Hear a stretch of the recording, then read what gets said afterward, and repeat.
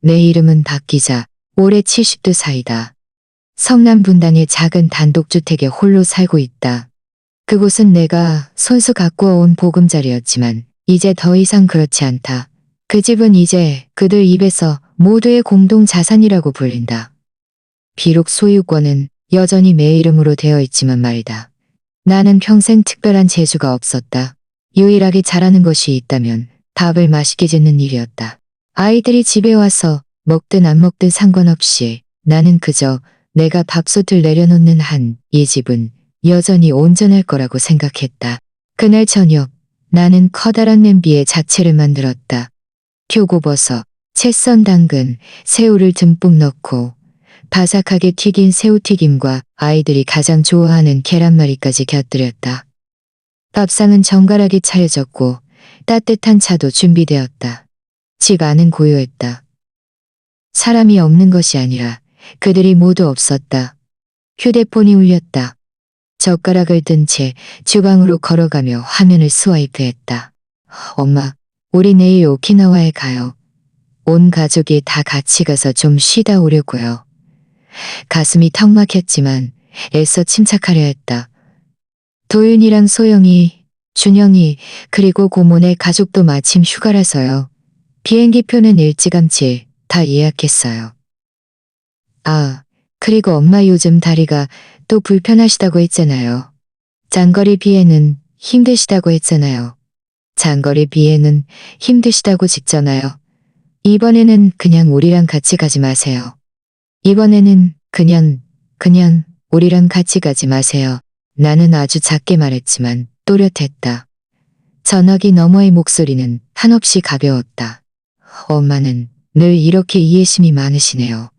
나는 아무 말도 하지 않았다. 그는 이어서 냉장고에 우유랑 달걀이 있다고 친정어머니가 주신 무말랭이를 좀 가져다 놓았으니 말려서 보관하라고, 준영이가 주신 무말랭이를 좀 가져다 놓았으니 말려서 보관하라고, 준영이 격체는 여전히 김을국도 매일 물 좀 주라고 당부했다. 네. 그는 전화를 끊었다. 나는 그 자리에 서 있었다. 얼마 지나지 않아 가족 채팅방에 고모가 오키나와의 한 게스트하우스 사진을 올리며 분위기 있어 보여서 좋다고 했다.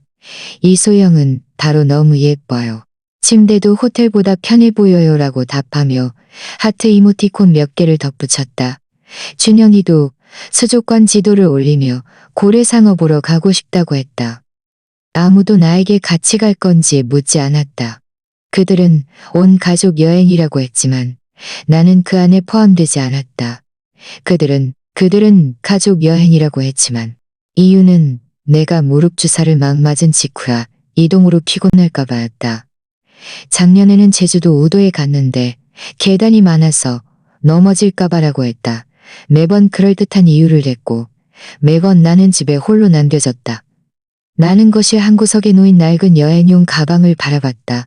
그 위에는 10년 전 남편과 함께 홋카이도에 갔을 때, 그 위에는 10년 전 남편과 함께 홋카이도에 갔을 때, 그 위에는 10년 전 남편과 함께 홋카 있었다. 이 집만이 나에게 진정한 안정감을 준다는 것을 알고 있었기 때문이다. 하지만 안정감마저 흔들릴 때가 있었다. 특히 몇 년 전부터 김도윤이 자주 내게 엄마, 그 집 명의를 제 이름으로 미리 바꿔놓는 게 어때요? 그래야 대출받기 편하죠라고 말할 때마다 그랬다. 나는 대답하지 않았고 그렇다고 반대하지도 않았고 그렇다고 반대하지도 않았다. 두렵지 않은 것은 아니었다. 늙어서 쫓겨날까봐, 결국에는 세입자 신세가 되었까봐. 하지만 나는 언젠가 아주 작은 나만의 것이라고 생각했던 것마저 부드러운 손길로 빼앗길까봐 더 두려웠다. 저녁 식사로 만든 잡채는 한 입도 대지 않았다. 나는 그것을 밀폐 용기에 담아 냉장고에 넣고 방으로 들어가 서랍을 열었다. 그 안에서 노란색 봉투에 끼워져 있던 신탁구조 설명서와 이미 외워버린 주민등록등본을 꺼냈다. 해질녘 노을빛이 창밖에서 쏟아져 들어와 내 이름이 선명하게 찍힌 서류 위에 내려앉았다. 나는 가만히 한숨을 쉬며 혼잣말을 했다. 그래, 이제 시작할 때가 되었어. 나는 주방 싱크대 앞에 서서 식탁 위에 음식을 치웠다. 향기는 남아 있었지만 이미 온기는 사라지고 차가운 기운만 감돌았다. 계란말이 단면은 껍질이 생겼고 새우튀김의 바삭한 튀김옷은 눅눅해졌다. 잡채 표면에는 차가운 기름이 마치 왁스를 바른 것처럼 번들거려를 것처럼 고들거렸다. 나는 바로 버리지 않고 그저 식탁에 앉아 한동안 멍하니 시간을 보냈다. 창밖은 이미 어두워져 있었다. 나는 아무것도 들리지 않았고 채널을 바꿀 생각도 없었다.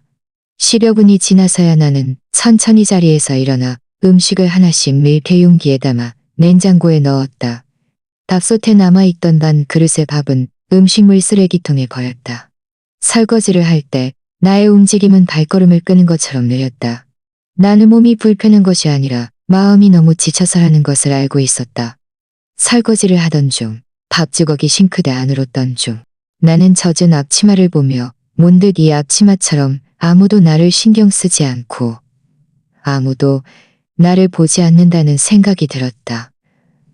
혼자가 익숙하지 않은 게 아니라 그들이 남긴 빈자리를 채우는 역할에 지쳤을 뿐이었다. 소파에 앉아 휴대폰을 열어 지난 2번의 해외여행 대화 기록을 다시 훑어봤다. 재작년에는 오사카에 갔을 때 내가 고혈압이라 날씨가 추우면 불편할까봐 걱정된다고 했다. 그 시기 나는 실제로 혈압약을 먹고 있었지만 공항에는 휠체어 서비스가 있다는 것도 알고 있었다. 멀리 걷지 못해도 괜찮았다. 하지만 걷지 못하는 것은 아니었다. 작년에는 제주도 우도에 갔을 때 준영이가 수능 준비 중이라 조용히 공부해야 하니 어르신을 모시고 다니는 것은 적합하지 않다고 했다.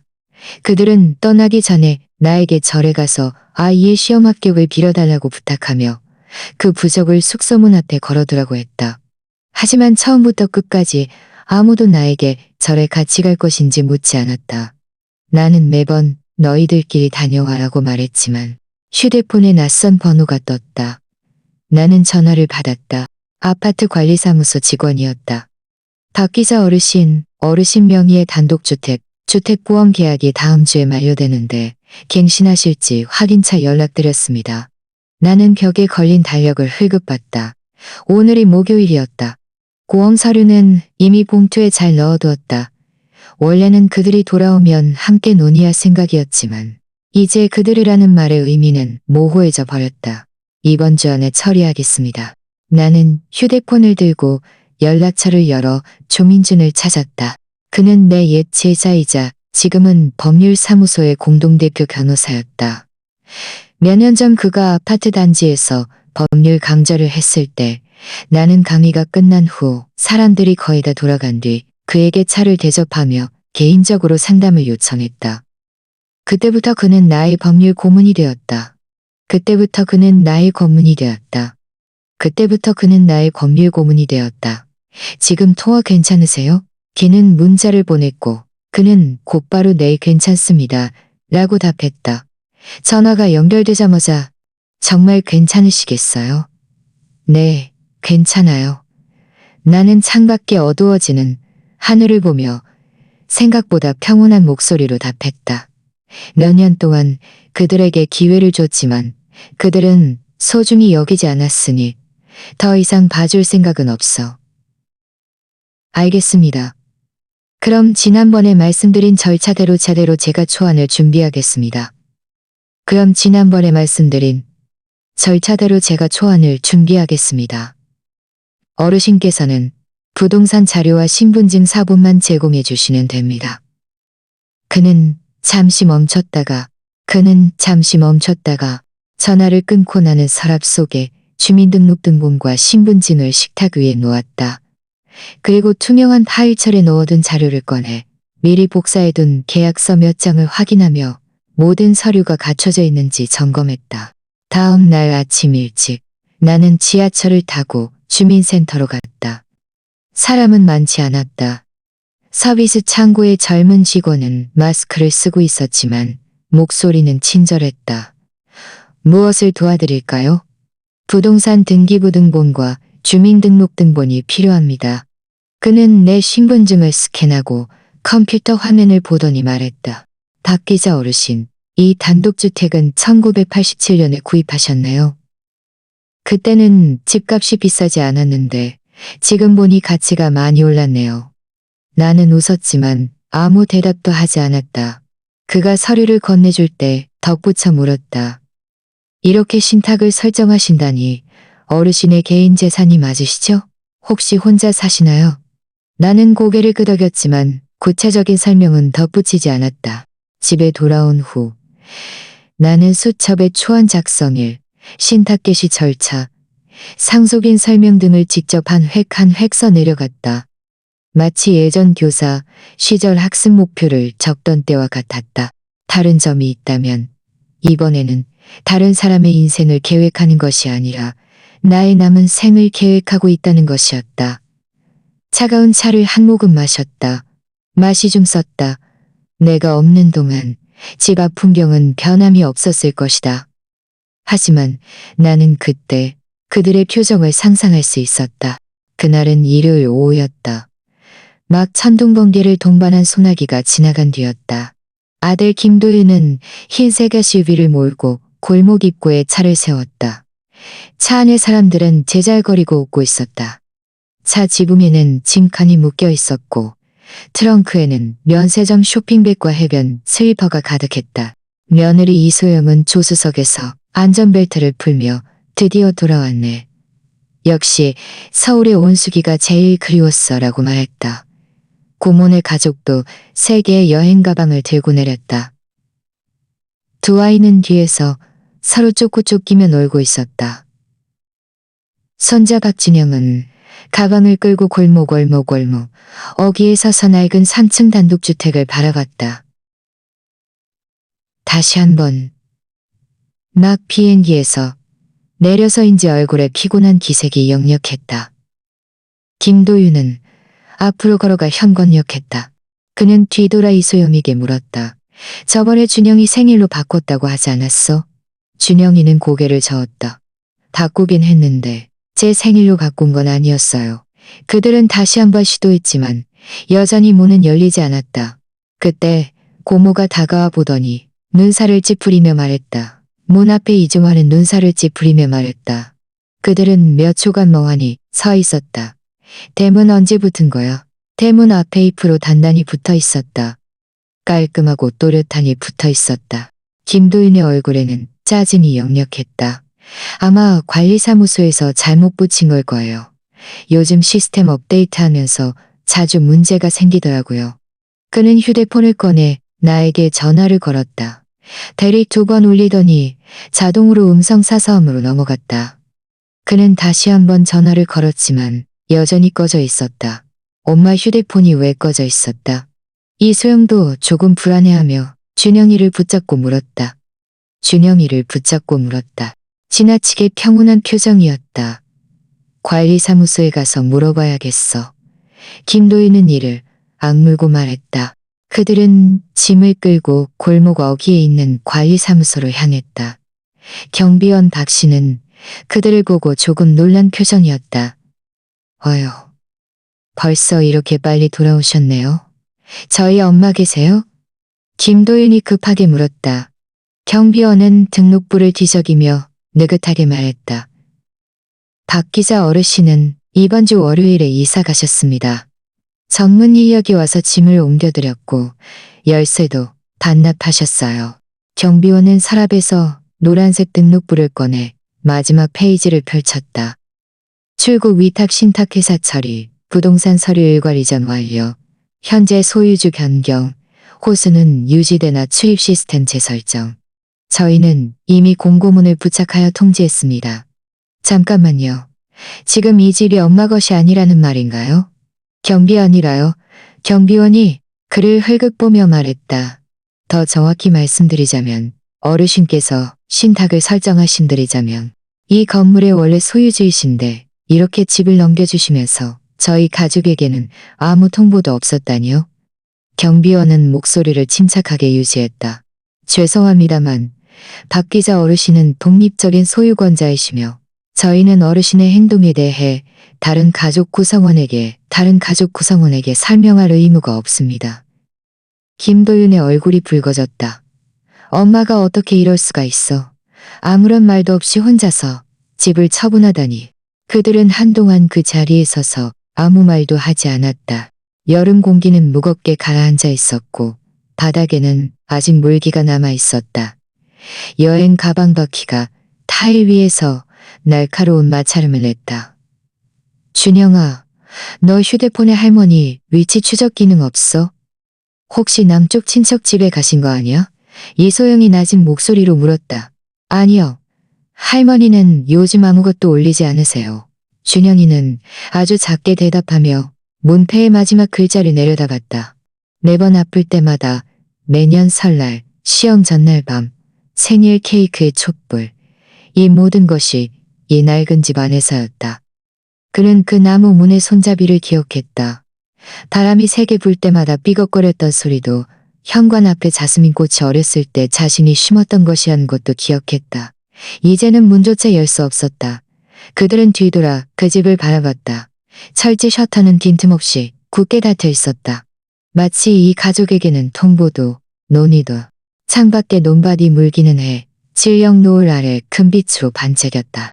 게스트하우스의 나무 창문이 열려 있었고 창틈으로 바람이 불어와 푸른 풀내음과 흙의 신선한 기운을 실어날랐다. 나는 창가에 앉아 다 노려낸 국화차 한 잔을 두 손으로 감싸들었다. 찻잔 바닥에는 차인 몇 조각이 가라앉아 있었다. 이 집 차 괜찮죠? 이 집 차 괜찮죠? 우리 남편이 직접 닦은 거예요. 왕미의 아주머니가 웃으며 말하더니 밤빵 한 접시를 내 앞에 놓았다. 고마워요. 내가 적게 대답했다. 고마워요. 그녀가 앉으며 눈빛이 웃음기를 머금었지만 소리내어 웃지는 않았다. 나는 그녀를 흘끗 보았지만 대답하지 않고 밤빵을 한 입 빼어 물었다. 부드럽고 폭신한 식감은 어릴 적 친정어머니가 만들어주시던 것과 거의 같았다. 뉴스 보니까 어떤 사람들은 집 때문에 정말 별짓을 다 하더라고요. 어르신 아드님 말로는 영리하다고 하지만 솔직히 말하면 그 집을 대출담보로 삼으려는 거죠. 나는 고개를 숙여 차를 한 모금 마셨다. 그녀의 말에 동의하지 않는 것이 아니라 굳이 더 말할 필요가 없었기 때문이었다. 나는 이 결정이 가족 사원처럼 보이는 것을 원치 않았다. 사실 나는 마음속으로 아주 잘 알고 있었다. 내가 순간적인 충동으로 한 일도 아니었고 화가 나서 한 일도 아니었다. 3년 전 나는 조민준 변호사와 처음으로 신탁 설정을 논의했다. 그날 그는 노후 대리 신탁 강좌를 마친 뒤였다. 한참 후에야 나를 알아보고 박 선생님. 그는 마지막까지 남아 사람들이 거에게 다가가 말했다. 민준 씨, 저 기억하시나요? 하고 진심이 담긴 목소리로 불렀다. 나는 애들러 말하지 않고 바로 본론으로 들어갔다. 저는 집에 관한 이야기를 하고 싶어요. 그 단독주택은 친정에서 일찍이 보증금을 대주셨고 남편이 일찍 세상을 떠난 후 제가 혼자서 대출금을 갚고 아이를 키우며 버텨냈어요. 그는 그자에게 물었다. 그는 제 명의로 되어 있는데 미래에 누가 대출담보로 잡거나 가족들 사이에서 다툼의 대상이 되는 것을 원치 않아요. 제가 살아있는 동안에는 누구도 그 집을 건드리지 못하게 하고 싶어요. 그리고 제가 세상을 떠난 후에 그들이 열쇠를 가지러 오고 싶다면 그때는 그들에게 남겨줄 생각입니다. 그럼 생절 신탁으로, 부동산은 신탁으로, 부동산은 신탁으로, 부동산은 신탁으로, 부동산은 신탁으로 제가 지정한 사용 조건은 담보 대출 금지, 양도 금지입니다. 그리고 제가 사망한 후에야 수혜자에게 전달될 것이며 수혜자도 제가 지명한 사람만 가능하될 것이며 일단은 저 자신으로 해두고 나머지는 나중에 다시 이야기하죠. 그는 살짝 웃었다. 박 선생님, 이건 선생님 자신을 위한 자유보장 신탁이군요. 나는 고개를 끄덕였다. 그것이 내 마음속에 생각했던 것이었다. 누구에게도 주지 않는 것이 아니라 기회를 주지 않는 것. 몇 년 동안 나는 매달 일찍이 모아둔 퇴직금도 한비 신탁 계좌로 여러 차례 나누어 이체했다. 장기보관 협약을 통해 내 개인 명의로 등록했고 매달 이자가 입금되어 생활비로 사용하지만 그 원금은 누구도 건드릴 수 없게 했다. 그 단독주택은 단순히 지붕과 벽돌만 있는 공간이 아니었어요. 나는 미애 아주머니에게 말했다. 저는 그곳에서 빨래하고 밥하고 명절을 보내고 아이들이 넘어지고 싸우고 아프고 결혼하는 것을 지켜봤어요. 저는 그곳에서 40년을 살았어요.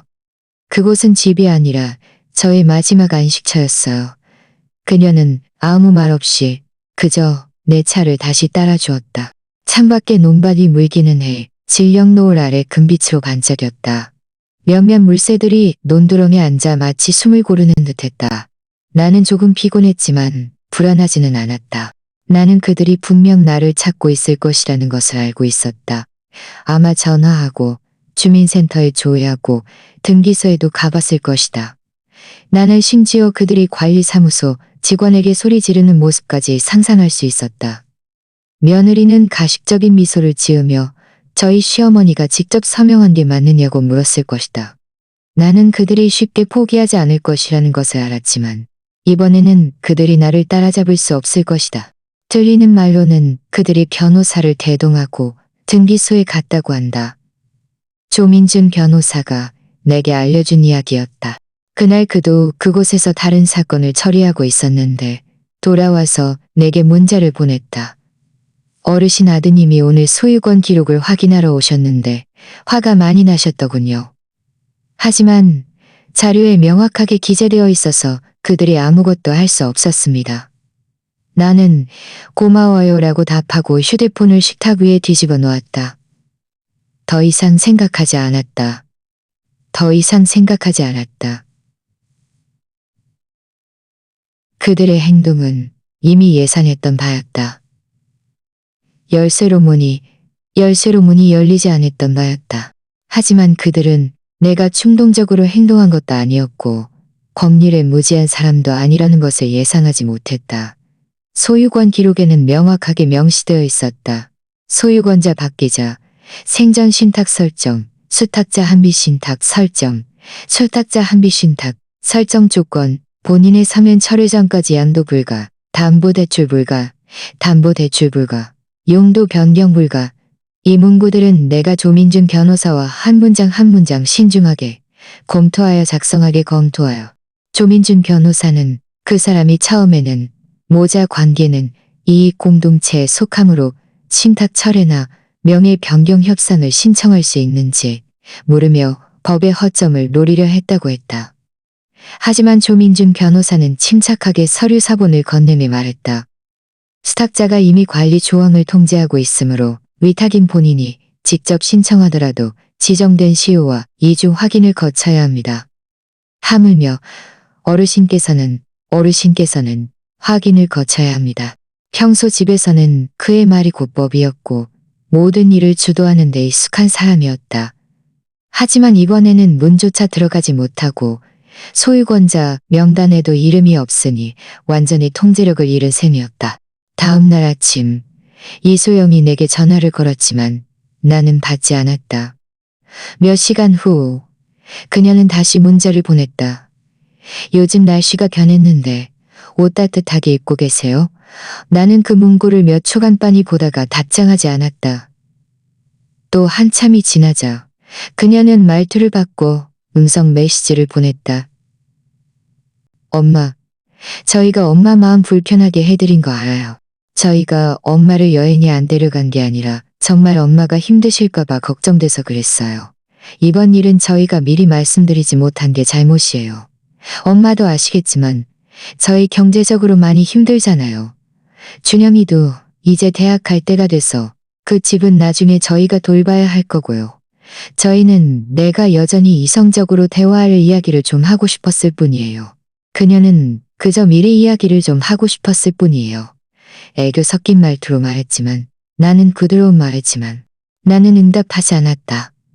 일단 답장하면 그들에게 작은 틈을 주는 것이고 그들은 늘 작은 틈을 전부로 만드는데 능숙하다는 것을 알고 있었기 때문이다. 저녁에는 평소처럼 발을 담그고 차 향이 나는 양초를 켰다. 휴대폰이 테이블 위에서 진동했다. 가족 채팅방에 새 메시지가 떴다. 박 여사님 해외여행 가셨대요. 그것은 예전 이웃이었던 사람이었다. 부천으로 이사 간 후에도 가족 채팅방에 남아 있었고 매년 추석에는 송편을 보내오곤 했다. 누군가 그러게 친구 목록 보니까 업데이트도 안 되어 있더라고. 요즘 조용한 거 보니 아마 쉬러 가신 것 같아라고 답했다. 아들은 아무 말도 하지 않았지만 이소영은 웃는 얼굴 이모티콘과 함께 보고 싶어요 라고 답했다. 나는 그 대화들을 보며 왠지 모르게 비꼬는 듯한 느낌을 받았다. 그들은 질문도 하지 않았고 비난도 하지 않았고 비난도 하지 않았으며 심지어 진정한 감정을 표현하지도 않았다. 그저 사람들 앞에서 우리 가족은 괜찮다는 가면을 유지하고 있을 뿐이었다. 그는 늘 체면을 중요하게 생각했고 특히 친척과 친구들 앞에서 장남으로서의 위엄을 보여줘야 한다고 생각했다. 이제 갑자기 해외여행을 갔다는 소식, 즉 명의가 바뀌어 우리가 문조차 들어가지 못한다는 소식이 퍼졌으니 분명 그는 체면을 구겼다고 생각할 것이다. 준영이가 아마 유일하게 아무 말도 하지 않았을 것이다. 그가 셀 것이다. 그는 이가 아마 유일하게 아무 말도 하지 않았을 것이다. 그는 채팅방에서 잘 이야기하지 않고 꼭 필요한 경우에만 확인 이야기 않고 그날 밤 조민준 변호사가 스크린샷 한 장을 보내왔다. 그의 지인이 온라인 익명 게시판에 올린 대화 내용이었다. 어머니가 집을 신탁으로 돌리면 자녀들은 더 이상 소통할 기회가 없을까요? 어머니가 외부인의 영향을 받아 불합리한 조건을 설정했을 수도 있을 것 같아요. 그가 내게 물었다. 어르신 아드님이 익명으로 그런 이한 조건을 찾으려는 걸까요? 그가 내게 물었다. 어르신, 아드님이 익명으로 글을 올린 걸까요? 다음 날 준영이에게 음성 메시지가 왔다. 그의 목소리는 낮았다. 먼저 할머니 요즘 이사 가셨다고 들었어요. 좀 걱정돼요라고 말하며 잠시 멈췄다가 덧붙였다. 아빠가 혹시 할머니 집을 담보로 돈을 빌리려고 하는 건 아닌지 궁금해요. 나는 바로 답장하지 않고 천천히 베란다로 걸어가 흔들의자에 앉았다. 창밖에 누렇게 일렁였다. 아이는 느낄 수 있을 것이라고 내일렁였다. 그것은 내가 사는 곳 근처 강원도 속초 해안선의 풍경이었다. 새벽녘 하늘은 희미하게 푸른빛을 띠고 파도는 겹겹이 밀려왔다. 모래사장을 밟으니 약간 축축했지만 발걸음은 오히려 어떤 느린 힘에 감싸인 듯했다. 나는 한 문장을 덧붙였다. 해외 체류 중이라 메시지 답장이 늦다. 메시지 답장이 늦어질 수 있습니다. 메시지를 보낸 후 채팅방은 갑자기 고요해졌다. 이 채팅방은 평소 고모와 이소요해졌다. 전에 그들이 오키나와에 다녀온 며칠 동안은 거의 온라인 여행기처럼 사진을 올렸다. 하지만 내가 올린 사진에는 하루 종일 아무도 답장하지 않았다. 다음 날 아침이 되어서야 사촌 동생이 와, 정말 멋지다. 기자 이모, 즐거운 여행 되세요. 라고 댓글을 달았다. 이어서 고모가 웃는 얼굴 이모티콘과 함께 어디 가는지 조심하고 날씨 변하는 것도 조심해라고 답했다. 그들의 말투는 고심해라고 답했다. 김도윤은 분명 화를 참고 있을 것이고 그저 적절한 타이밍을 찾지 못하고 있을 뿐일 것이다. 아니나 다를까 정오쯤 전화가 왔다. 나는 받지 않았다. 두 번째 전화는 음성 메시지로 바뀌었다. 김도윤은 화를 억누르는 목소리로 말했다. 엄마, 도대체 뭐 하는 거야? 이렇게 큰일을 아무 말도 없이 하다니. 엄마, 우리가 며칠 동안 얼마나 찾아다녔는지 알아? 집 문제는 너무 심하잖아. 나는 답장하지 않고 휴대폰을 무음으로 바꾼 뒤 테이블 위에 다시 놓았다. 그는 나에게 안부를 묻는 것이 아니었다. 그는 내 몸을 걱정하는 것이 아니었다. 그는 통제권을 갑자기 잃은 것에 화가 난 것이었다. 오후에 조민준 변호사가 내게 한 단락의 글을 전달해 주었다. 그의 동료 변호사로부터 전달받은 스크린샷이었다. 박 여사님이 해외로 가신 것 같아요. 아드님이 요즘 그녀를 미친 듯이 찾고 있어요. 노인네가 누군가에게 잘못 물들어 신탁이니 재산 독립이니 하는 말을 하기 시작했다고 하네요. 그 말투가 마치 그녀가 무슨 사이비 종교신도라도 그 말투가 마치 그들이 말하기엔 것 같았어요. 저녁에 나는 휴대폰을 열어 친지 채팅방을 클릭했다. 그것은 고모가 따로 만든 채팅방으로 이름은 대가족 비망록이었지만 대부분의 내용은 요리 레시피, 축복 메시지 전송, 그리고 뒷담화였다. 오늘 저녁에는 새로운 메시지가 하나 더 있었다. 이소영이 보낸 긴 글이었다. 이소영이 보낸 긴 글이었다. 요즘 어머니가 감정적으로 좀 불안정하신 것 같아요. 저희도 걱정이 많습니다.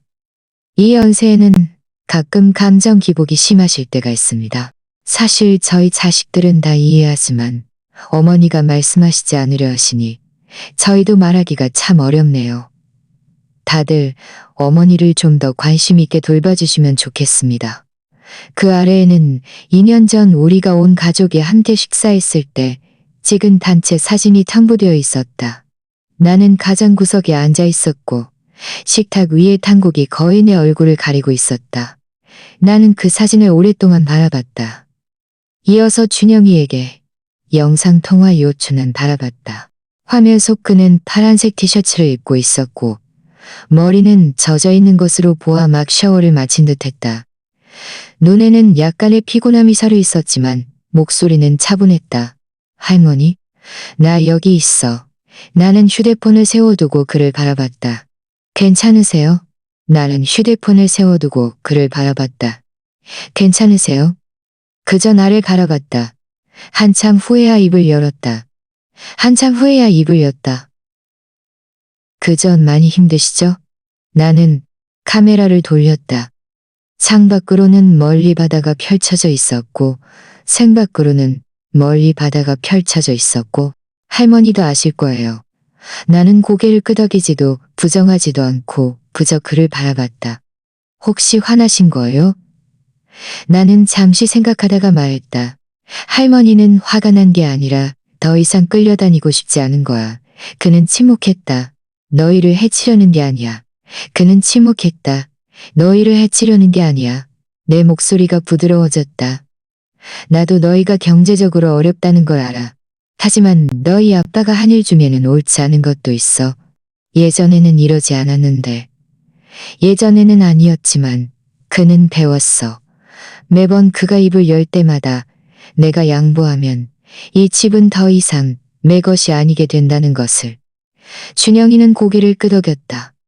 마치 이해하는 듯했고 또 생각에 잠긴 듯했다. 할머니는 그저 자기 방에서 문 닫고 잠자고 밥 먹을 수 있는 방식은 아닐 거야. 내일 또 무엇이 사라질지 걱정하지 않아도 되는 곳. 그가 말했다. 그럼 다시 돌아오실 거예요. 그는 아무 말도 하지 못하고 그저 작게 알겠습니다라고 말했다.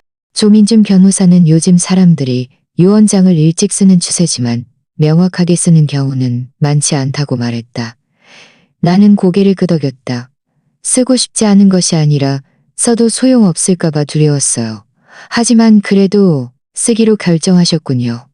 그들이 다투는 것이 두려운 것이 아니라 내가 명확하게 쓰지 않으면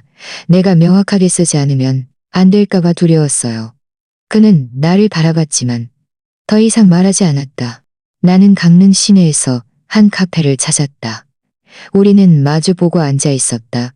밖으로는 가람비가 내리고 있었고 바람이 유리창에 부딪히는 소리가 마치 누군가 속삭이는 듯했다. 이것은 새로운 버전의 유언장 초안입니다. 전에 어르신이 말씀하신 제한 조언이 추가되었습니다.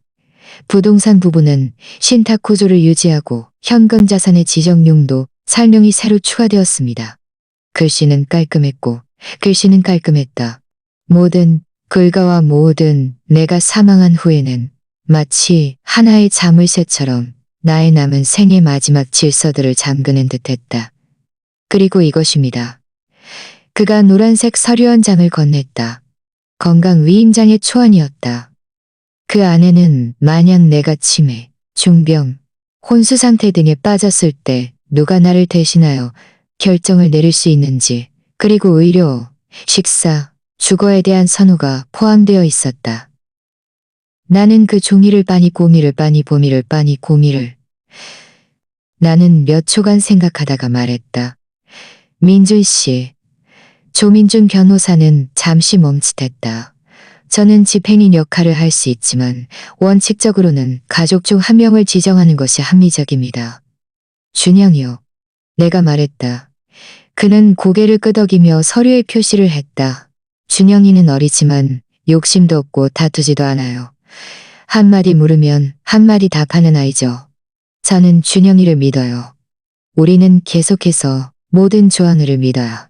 긴급 연락처의 순서, 사건 시술 도매 여부, 생명 유지 치료 도매 여부 등을 내가 하나씩 읽어 내려갔고 조민준 변호사는 조항별로 확인했다.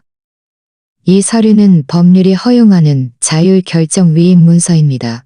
미래의 병원, 요양센터, 심지어 장기 요양기관에서도 이에 따라 집행할 것입니다. 네 따라 집행할 것입니다. 네 좋아요. 내가 말했다. 이렇게 하면 저도 안심이 돼요. 이렇게 하면 좋아요. 요즘 일부 민간 노인 복지 단체들이 동남아시아, 동유럽 등지의 기관들과 협력합니다. 어르신께서 의향이 있으시면 저희가 미리 의향서를 작성해 드릴 수 있습니다. 나는 살짝 웃었다. 해외로 나가는 것 때문이 아니라 그들에게서 멀리 떨어질 수 있다는 생각 때문이었다. 그도 웃었다. 알겠습니다. 서명할 때 내 손은 떨리지 않았다. 나는 아주 천천히 한 획 한 획 힘을 주어 박 기자 세 글자를 단정하고 완벽하게 써내려갔다. 예전에 교사였을 때부터 나는 필기가 사람의 연장선이며 아무렇게나 쓰면 생각이 흐트러지면 잘못된 결정을 내리기 쉽다는 것을 알고 있었다. 서명을 마친 후 조민준 변호사는 서류를 걷어들였다. 나는 이미 식어버린 블랙커피를 한 모금 마셨다. 맛은 썼지만 그 몇 년 동안 무시와 기대에 갇혀 살던 날들에 비하면 이미 충분히 괜찮았다. 게스트하우스로 돌아오니 이미 밤이 깊어 있었다. 나는 겉옷을 걸치고 바닷가로 나갔다. 집에서 불과 3분 거리였다. 나는 밤에 바닷가에 가는 것을 좋아했다. 그때는 사람이 적고 바람이 거세며 소리가 깨끗했다. 나는 해안가에 앉아 수첩을 꺼냈다. 그 수첩은 원래 요리 레시피를 적던 것이었지만 나중에는 나의 인생 비망록으로 바뀌었다. 첫 페이지에는 부동산 신탁 완료라고 적혀 있었고 두 번째 페이지에는 2022년 유원장 초안이라고 적혀 있었고 두 번째 페이지에는 유원장 초안이라고 적혀 있었다. 모든 항목에는 번호가 매겨져 있었고 체크 표시와 날짜가 기록되어 있었다. 몸은 아직 건강한 편이고 기억력은 좋을 때도 나쁠 때도 있지만 요리는 아직 실수하지 않아. 너는 화가 난 것이 아니라 그저 후회가 가장 적을 결말을 스스로 쓰고 있을 뿐이야. 집은 네가 버텨낸 것이지 하늘에서 떨어진 것이 아니야. 돈은 네가 아껴 모은 것이지 아들이 준 것이 아니야. 나는 그들에게 빚진 것도 없고 누구를 위해 꼭 남겨둘 필요도 없어. 늙을 수는 있지만 들에 꼭 남겨둘 필요도 없어. 늙을 수는 있지만 흐트러지지 마. 이 문장을 쓸 때 나는 잠시 멈췄다. 하늘은 더욱 어두워졌다. 멀리 등대는 깜빡이며 빛을 발했다. 나는 수첩을 덮어 가방에 넣었다. 그것은 지난 몇 년 동안 나에게 가장 든든한 밤이었다. 그 편지는 준영이가 먼저 봤다. 그는 거실에서 보고서를 쓰고 있을 때 우연히 어머니의 휴대폰이 테이블 위에 펼쳐져 있는 것을 봤다. 화면은 아직 잠기지 않았고 문자 메시지 화면에 멈춰 있었다. 그는 원래 고개를 숙이고 계속 글을 쓸 생각이었지만 아버지가 주방에서 나오며 손을 닦으며 말하는 소리를 들었다. 너희 엄마랑 이야기가 잘 안 돼. 다른 방법을 생각해 봐야겠어. 준영이는 눈살을 찌푸렸다. 뭐가 잘 안 돼요? 이 소영은 아무것도 아니야. 너는 그냥 공부나 해라고 말했다. 하지만 준영이는 휴대폰 화면의 메시지를 빤히 봤다. 그 메시지. 은행에서 대출이 거절되었다는 내용 아셨어요? 몇 초간의 침묵 후 이소영의 표정이 잠시 멈칫했다. 너 함부로 보지 마. 함부로 보지 마. 원래 너에게 말할 생각은 없었는데 이제 너도 다 컸으니 집안의 어려움을 알아야지. 그는 자리에서 일어나 서랍을 열어 종이 몇 장을 꺼냈다. 은행 도장이 선명하게 찍혀 있었고 그 위에는 담보물 신탁재산, 대출담보 자격 미달이라고 쓰여 있었다. 그 위에는 담보물 신탁재산, 대출담보 자격 미달이라고 쓰여 있었다. 아빠는 이미 신용불량자잖아요. 예전에 사업 실패하고 카드 빚이 쌓였을 때 나도 네가 기회를 놓치는 것을 원치 않아. 준영이는 아무 말도 하지 않고 그저 아버지 손에 들린 종이를 빤히 봤다. 그 집은 어차피 언젠가 너희 것이 될 거야. 할머니가 우리 가족에게 남겨준 거잖아. 우리는 그냥 조금 먼저 사용하는 것뿐인데. 하지만 할머니는 전혀 동의하지 않으셨어요. 할머니는 지금 화가 나, 김도윤은 지금 화가 나 계신 거예요. 누가 할머니를 부추겼는지 어떻게 알아요? 한번 마음먹으면 쉽게 돌아서지 않아. 김도윤은 소파에 앉아 한 손으로 머리를 지탱했다. 엄마는 전혀 이해를 못해. 요즘 누가 퇴직금으로만 살 수 있어? 집을 그냥 그렇게 놔두면 아무것도 못하는데 그게 무슨 효도야. 다음 날 조민준 변호사가 내게 전자우편 한 통을 전달해 주었다. 발신인은 내 아들이었다. 말투는 비굴하지도 않고 거만하지도 않았지만 글자 사이사이에 원망이 배어 있었다. 엄마, 저는 엄마의 고집을 알고 있습니다. 하지만 저희는 지금 정말 막다른 길에 와 있습니다. 준영이가 학교에 교환 학생 자격을 얻을 기회가 있는데 보증금만 있으면 됩니다. 만약 엄마가 고집을 부려 집을 모두 신탁 안에 가두면 아이의 미래만 망칠 뿐입니다. 그저 가정을 지탱하고 싶을 뿐입니다. 그저 가정을 지탱하고 싶을 뿐입니다. 아이의 앞길이 엄마 때문에 막혀서는 안 됩니다. 하지만 그들 입에서 나는 막혀서는 안 된 물일 뿐이었다. 하지만 그들 입에서 나는 마른 물일 뿐이었다. 아이해 주셨으면. 아는 창가에 앉아 이 편지를 한 줄을 한 줄 읽어 내려갔다. 가족도 어머니도 아닌 그저 귀를 막는 사람일 뿐이었다. 나는 이메일함을 열어 답장을 쓰기 시작했다. 네가 말하는 아이의 미래, 나는 반대하지 않아. 하지만 그것은 네가 지켜야 할 책임이지 나의 노년의 의무가 아니야. 집은 내가 버텨낸 것이지 네가 만들어낸 자산이 아니야. 네가 신용불량자가 된 것은 내가 신탁을 설정했기 때문이 아니라 네가 수년원형을 잘못했기 때문이야. 네가 수년간 경영을 잘못했기 때문이야. 나는 너와 싸우려는 것이 아니야. 나는 단지 나의 재산이 아들을 구하는 것이 아니야. 나는 내 노년을 내 인생의 반전을 위해 희생할 의무가 없어. 네가 어떻게 살지는 네 결정이지만 나는 더 이상 네 삶에 얽매이지 않을 거야. 나는 더 이상 네 삶에 얽매이지 않을 거야.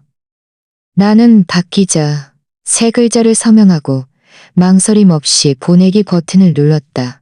이 편지는 냉정한 것이 아니라 단지 분명했다. 나는 한때 모든 것을 그들을 위해 생각했다. 아들의 체면을 위해, 며느리에 위해, 손자의 미래를 위해, 나는 모든 것을 이 양불 위해, 손자의 미래를 위해, 나는 모든 것을 미래를 위해. 하지만 그것은 집이 아니었다. 그것은 채무 교환의 도구였다.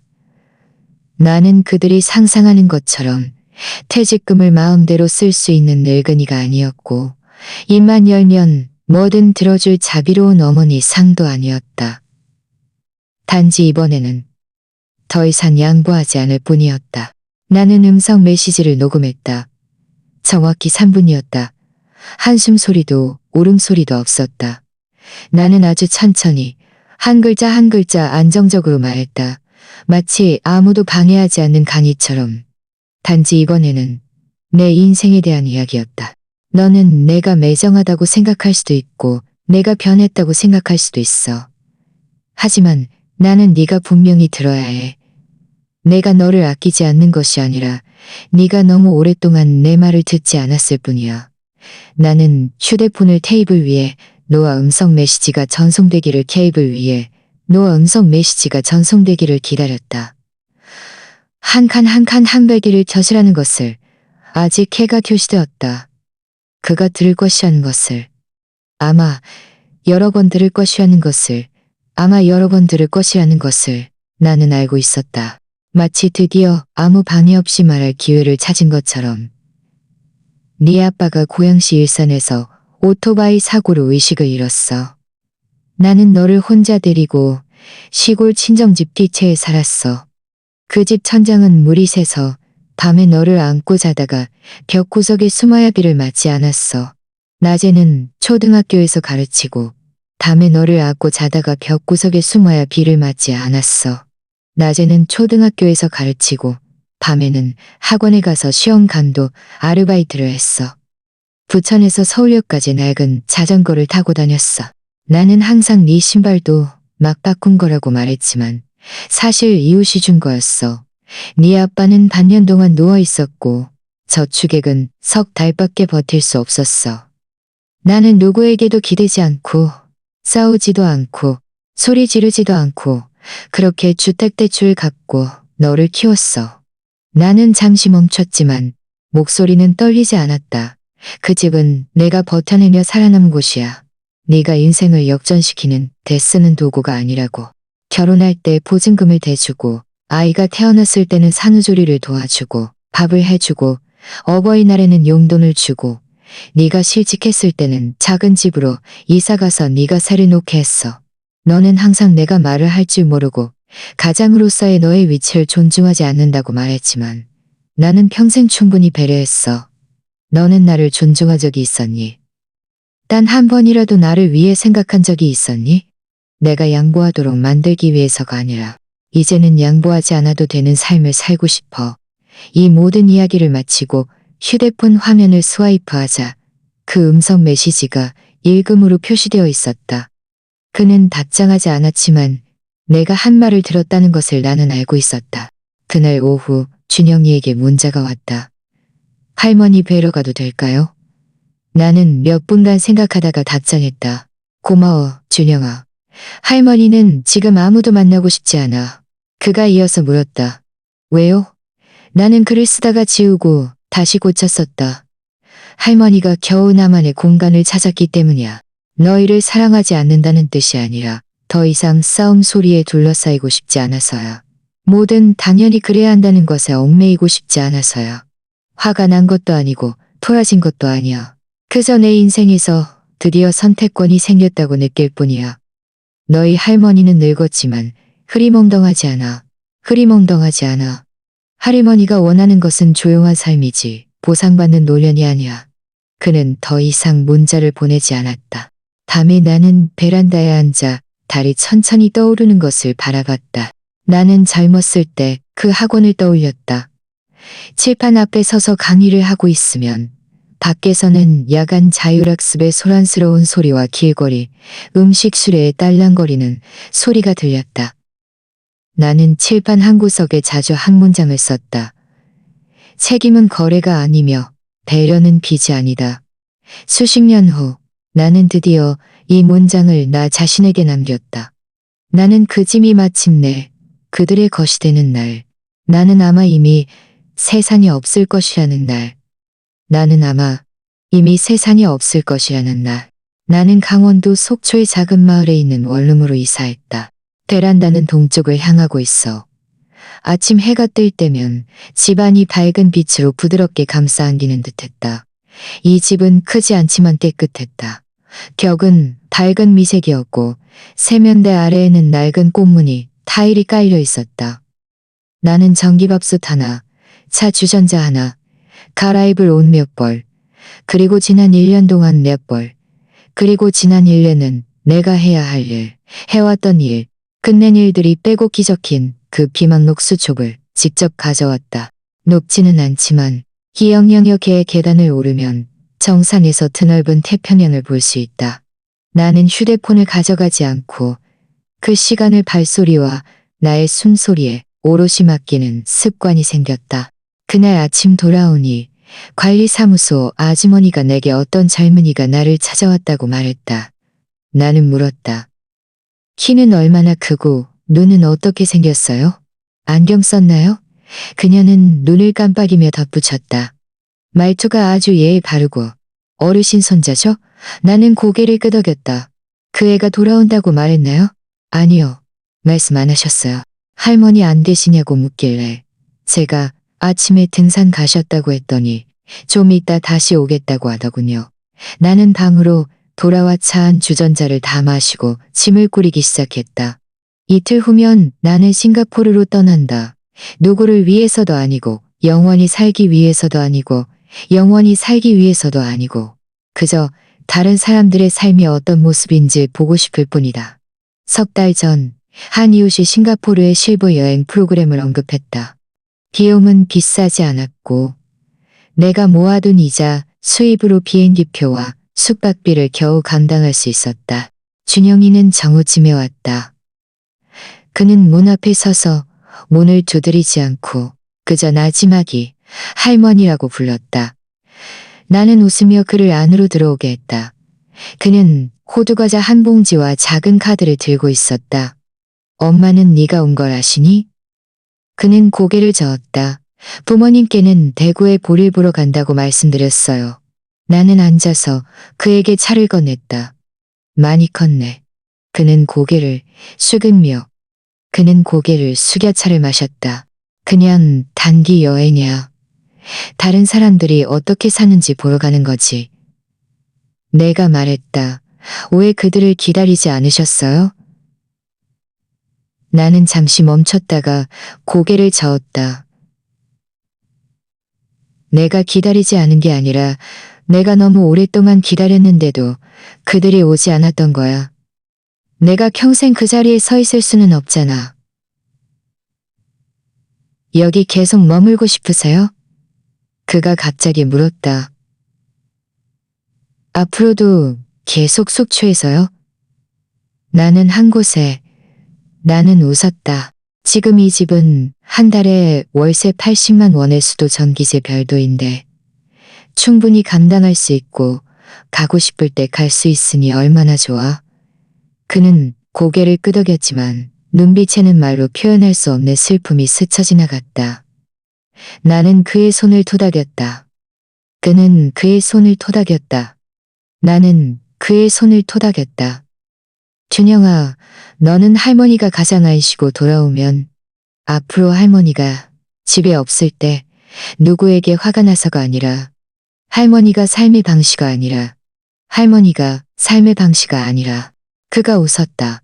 지난 몇 년 동안 그는 내 의도를 이해해준 유일한 사람이었다. 준영이를 보낸 후 나는 채팅방을 열어 사진 한 장을 올렸다. 싱가포르 식물원의 벤치에 앉아있는 내 모습이었다. 밀크티 한 잔이 내 무릎 위에 놓여 있었고 나는 밀짚 모자를 쓰고 넉넉한 미색 셔츠를 입고 있었다. 등 뒤로는 푸른 나무들이 펼쳐져 있었다. 나는 한 문장을 덧붙였다. 인생은 70부터 아무도 답장하지 않았다.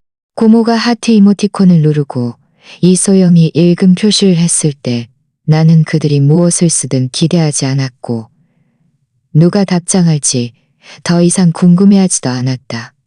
왜냐하면 내가 그들에게 이해시켜야 한 것이 아니라 내가 드디어 모든 것을 분명히 보게 되었기 때문이다. 나는 인생의 마지막에는 꼭 이길 필요는 없다고 생각한다.